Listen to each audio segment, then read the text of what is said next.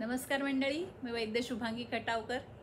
तुमचा जो काही प्रतिसाद मिळतो या चॅनलला तो एकदम भन्नाट आहे। तुम्हाला आयुर्वेदाविषयीची माहिती जाणून घ्यायला आवडतंय हे दिसतंय यावरनं।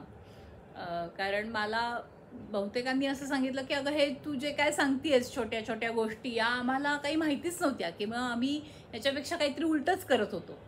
तर त्याच्यामुळे मला नक्कीच आवडणार आहे तुम्हाला असं काही काही शोधून शोधून गोष्टी सांगणं। आत्ताच मला असं लक्षात आलं की भयंकर सगळीकडे आपल्याला तापाची साथ दिसते आणि त्या ज्वराची ट्रीटमेंट म्हणजे चिकित्सा तर घेतली जाते लोकांकडनं, पण बऱ्याचदा त्यांना हे माहिती नसतं की कुठल्याही आजाराची तुम्ही ट्रीटमेंट ही तोपर्यंत घेतली पाहिजे कारण शरीर काहीतरी त्याच्यात बिघाड झालेला असतो। त्या आजारामुळे शरीराचे जे धातू आहेत ते त्यांच्या मूळ पदावर नसतात, त्यांचा काहीतरी क्षय झालेला असतो। तर त्या धातूंना पुन्हा आपण नॉर्मल केलं पाहिजे ट्रीटमेंट देऊन, आणि अशी चिकित्सा आयुर्वेद सांगतो। त्याला रसायन चिकित्सा म्हटली जाते। ती प्रत्येक व्याधीची वेगळी वेगळी असते।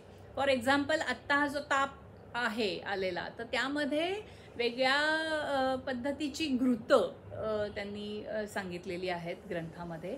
तर ती तुम्ही तुमच्या वैद्यांच्या सल्ल्याने घेणं खूप गरजेचं आहे की ज्यामुळे ती अपुनर्भव चिकित्सा आहे। म्हणजे काही वेळा आपल्याला असं दिसतं की अगं मला आत्ता आठवड्याभरापूर्वी ताप आला होता आणि पुन्हा लगेच ताप आला, असं बऱ्याचदा मैत्रिणी सांगतात। तर तिथे कुठेतरी ही गडबड झालेली असते की त्या धातूंना पुन्हा मूळ पदावर आणलं गेलेलं नसतं। तर त्यामुळे तुम्ही जरूर ह्या सगळ्याचा